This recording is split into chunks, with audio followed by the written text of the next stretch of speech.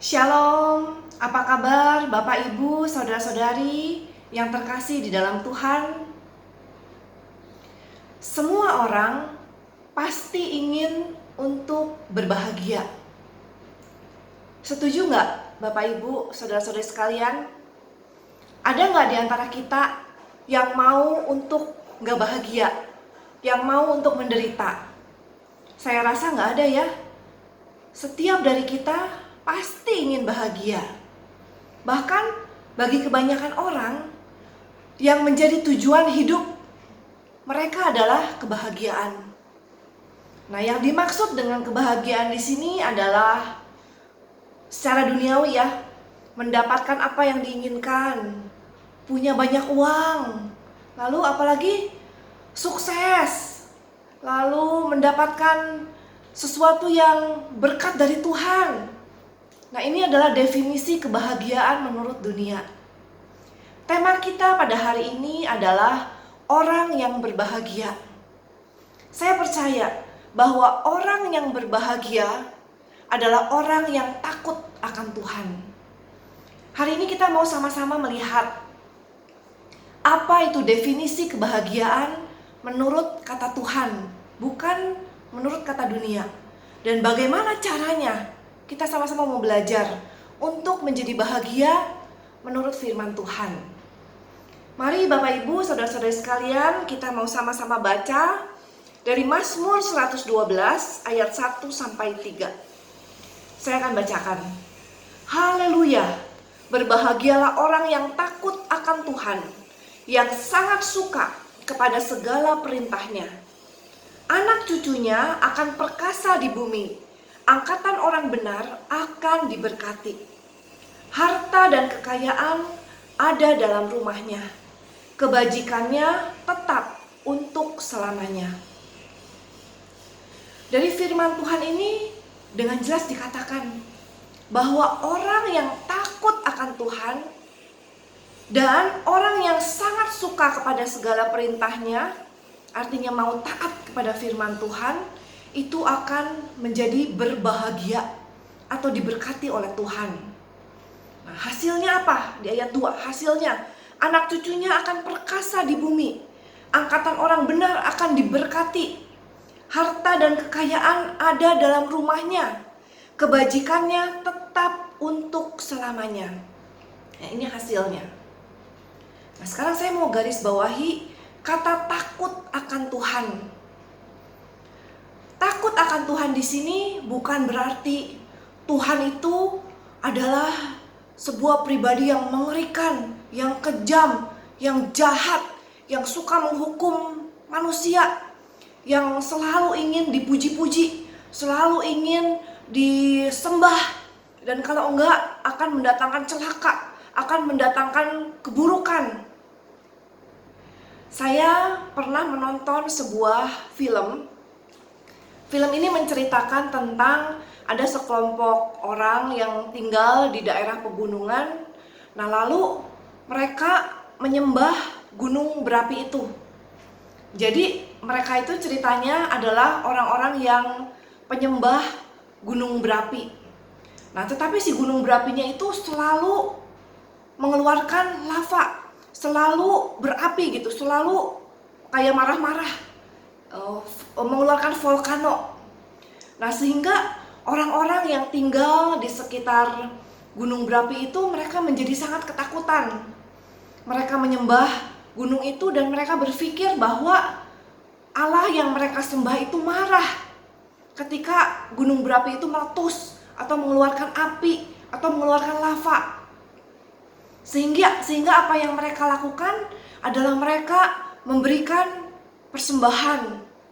Awalnya mereka memberikan persembahan berupa hasil-hasil bumi, hasil-hasil peternakan mereka. Nah, tetapi gunung berapinya masih mengeluarkan api, masih mengeluarkan lava. Nah, sehingga mereka meningkat lagi, memberikan persembahannya itu berupa kambing, domba, dan apa yang mereka punya, tapi masih tetap mengeluarkan api. Sampai akhirnya mereka memberikan orang-orang yang mereka sayangi, anak-anak, wanita. Bayangkan, mengerikan sekali. Tetapi Bapak Ibu, saudara-saudari terkasih, kita semua bersyukur kalau Tuhan kita tidak seperti Tuhan gunung berapi itu. Tuhan kita bukan Tuhan yang pemarah, bukan Tuhan yang jahat, bukan Tuhan yang kejam. Tuhan kita adalah Tuhan yang sangat mengasihi kita, Anda dan saya. Bahkan Tuhan mengasihi kita jauh sebelum kita melakukan kebaikan apapun.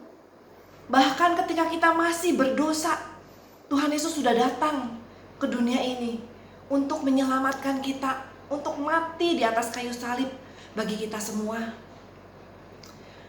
Saya mempunyai suatu ilustrasi. Bapak Ibu, saudara-saudari sekalian, kalau misalnya kita melihat ada seorang ibu dan anaknya yang masih bayi. Kayak saya aja dulu, saya mempunyai 3 anak kan. Ketika saya melahirkan, anak saya masih baby, itu saya tuh merasakan suatu rasa kasih sayang yang begitu besar kepada anak saya. Padahal waktu itu anak saya belum melakukan apa-apa, baru bisanya nangis, lalu apalagi minta ASI, lalu ngompol, tidur, cuman bisa gitu doang, belum melakukan apa-apa. Tapi toh saya sudah begitu mengasihinya. Nah, demikian juga dengan Tuhan kita. Walaupun saat kita masih berdosa, walaupun kita belum melakukan kebaikan apapun, Dia sudah mengasihi kita seperti ibu kepada anaknya. Bahkan di dalam salah satu ayat dikatakan kalau manusia bisa meninggalkan anaknya, tetapi Tuhan kita nggak mungkin. Dia begitu mengasihi kita semua. Nah, itulah kasih Tuhan kepada kita. Nah, jadi yang dikatakan takut akan Allah itu bukan takut seperti kita takut kepada gunung berapi. Kalau nggak dikasih persembahan, kalau kita nggak berbuat baik, nanti Tuhan akan marah. Tuhan akan memberikan bencana. Tuhan akan memberikan kepada kita masalah, persoalan, pencobaan, atau hukuman.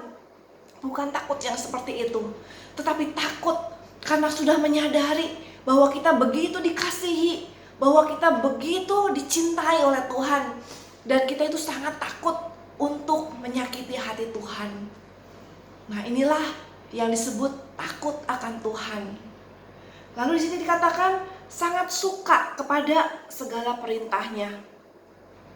Bapak Ibu, saudara-saudari sekalian yang dikasihi oleh Tuhan, ketika kita sudah merasakan betapa besar kasih Tuhan kepada kita, maka segala perintah yang Dia berikan kepada kita, kita mau melakukan itu bukan karena kita takut dihukum, bukan karena kita takut celaka, bukan karena kita takut nggak diberkati, tapi kita melakukan semua yang Tuhan mau, semua perintah Tuhan.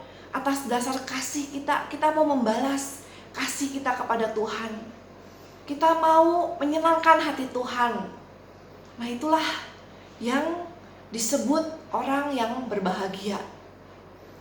Nah, satu lagi, Bapak Ibu, saudara-saudari, perintah-perintah yang Tuhan berikan kepada kita itu bukan supaya kita jadi susah. Bukan supaya Tuhan tuh gak senang lihat kita senang. Bukan supaya Tuhan mau untuk memberikan kita kesulitan. Bukan Tuhan itu ingin supaya kita menderita. Bukan. Justru perintah-perintah Tuhan itu Tuhan berikan karena Dia begitu mengasihi kita. Tuhan ingin supaya kita berbahagia. Tuhan ingin supaya kita hidupnya baik. Oleh karena itu Dia memberikan perintah-perintahnya.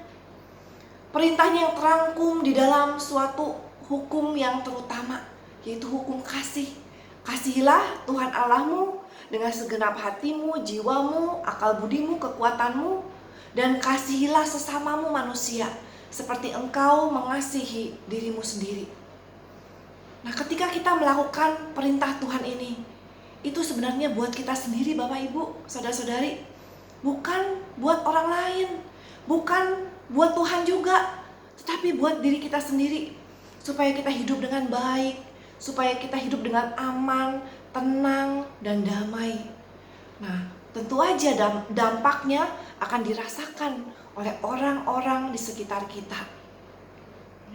Jadi, orang yang berbahagia itu adalah orang yang benar-benar menyadari kasih Tuhan, sehingga dia begitu takut untuk melukai Tuhan, untuk mengecewakan Tuhan, untuk tidak melakukan perintahnya.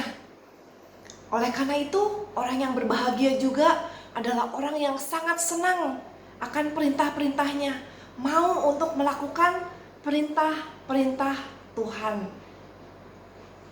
Pada dasarnya, kehidupan Kristiani kita, langkah pertama di dalam kehidupan Kristiani kita adalah merasakan kasih Tuhan itu. Tanpa kita merasakan kasih Tuhan, maka semua apapun yang kita lakukan di dalam kehidupan kita, baik itu berdoa, baik itu melayani orang lain, baik itu membaca firman Tuhan, baik itu di dalam pekerjaan kita, maka kita akan melakukan itu dengan beban, dengan terpaksa, karena kita merasa ingin untuk diberkati, karena kita merasa ingin untuk supaya Tuhan baik sama kita. Tapi kenyataannya Bapak Ibu, saudara-saudari yang terkasih, kita nggak perlu untuk melakukan semua itu. Hal yang pertama adalah menyadari kasih Tuhan yang sudah begitu besar.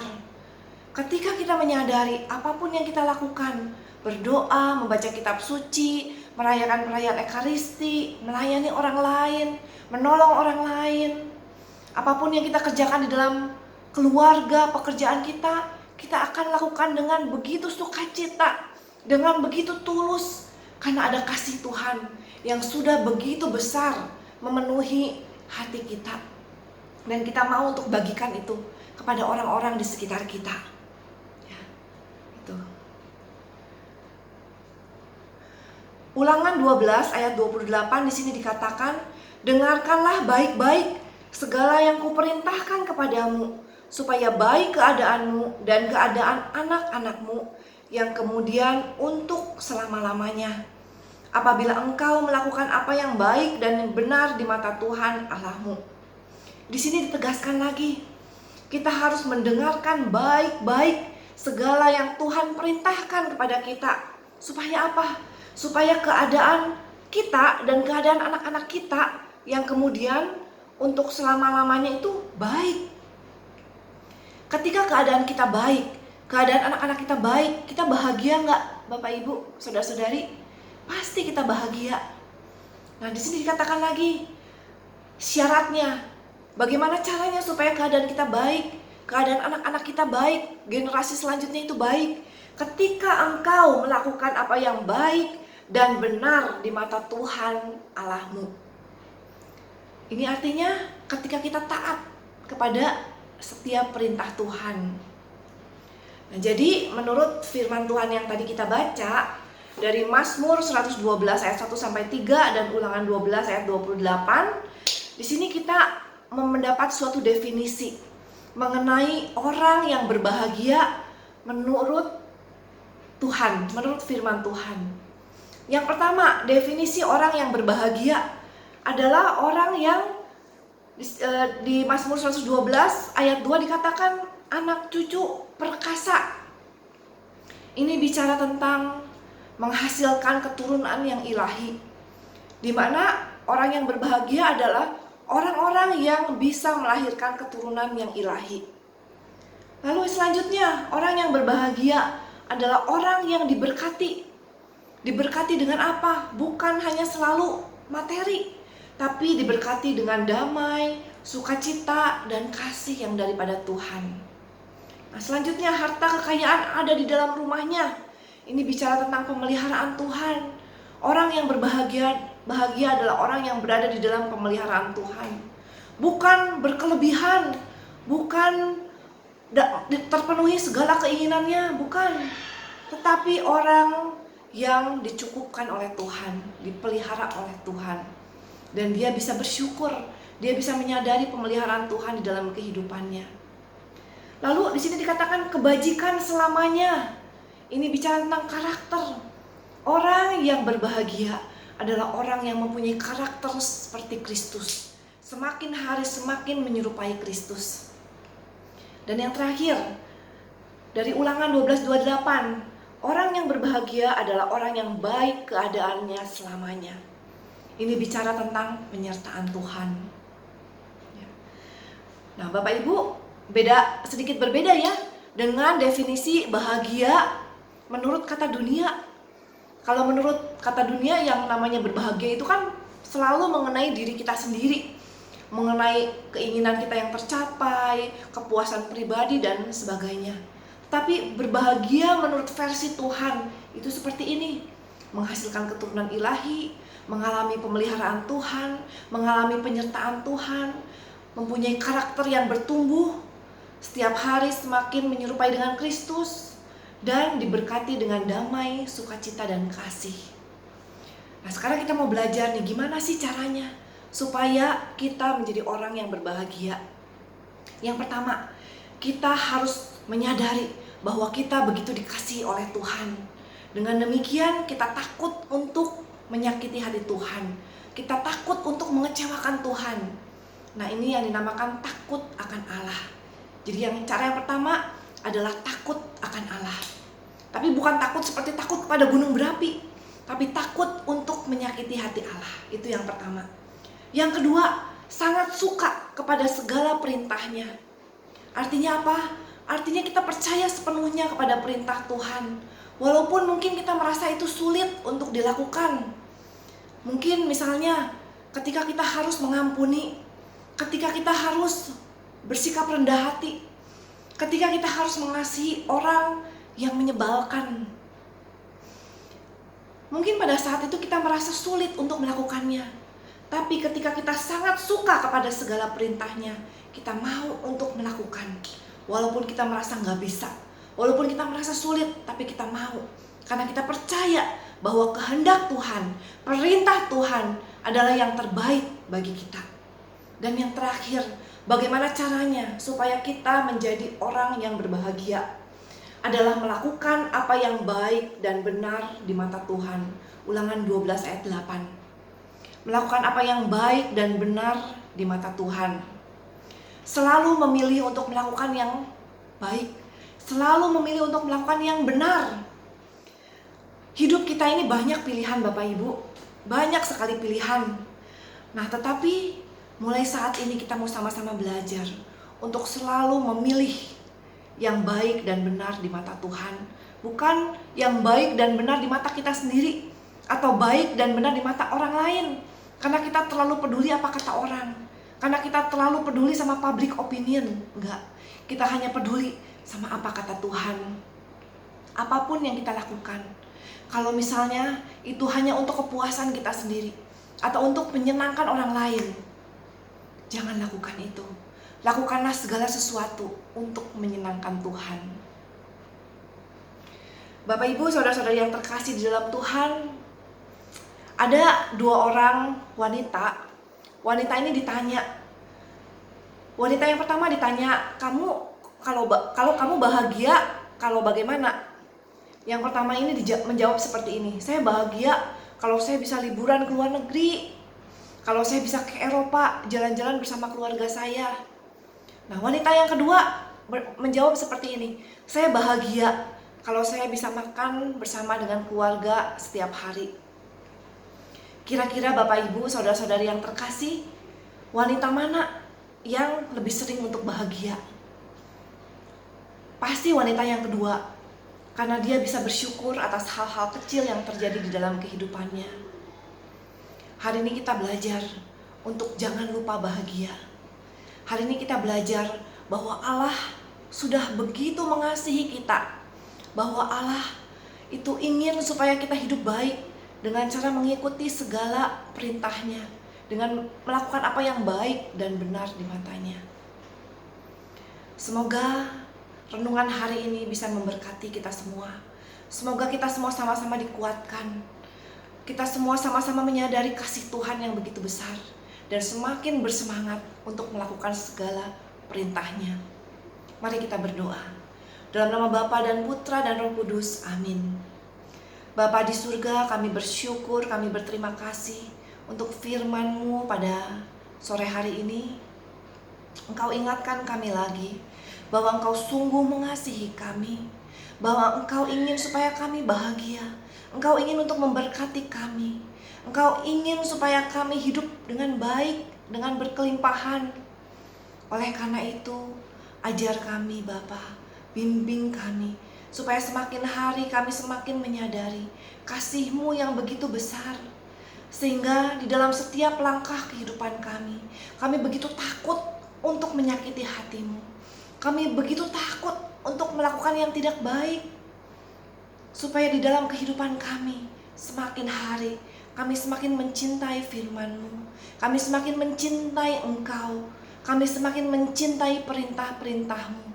Dan semakin hari semakin taat di dalam melakukan kehendak-Mu, di dalam melakukan perintah-Mu, di dalam mengasihi Engkau dan sesama kami, di dalam melakukan apa yang baik dan benar di mata-Mu. Terima kasih Bapa, kami percaya Engkau akan selalu membimbing, memegang tangan kami. Engkau akan selalu memampukan kami dan menguatkan kami, supaya semakin hari kami semakin menyerupai Putra-Mu yang terkasih, Tuhan kami Yesus Kristus. Terima kasih Bapa, kami mau buka hati kami, diri kami lebar-lebar untuk kasih-Mu, untuk damai, untuk sukacita, untuk berkat-berkat yang ingin Kau curahkan ke dalam kehidupan kami. Sehingga semakin hari kami semakin penuh, sehingga semakin hari kami semakin dimampukan untuk membagikan kasih itu, berkat-berkat itu, sukacita itu, damai itu kepada orang-orang yang ada di sekitar kami. Terima kasih Bapa. Doa ini kami sampaikan dengan pengantaran Tuhan Yesus Kristus, Putra-Mu yang terkasih kini dan sepanjang segala masa. Amin. Demi nama Bapa dan Putra dan Roh Kudus. Amin. Terima kasih, Tuhan Yesus memberkati.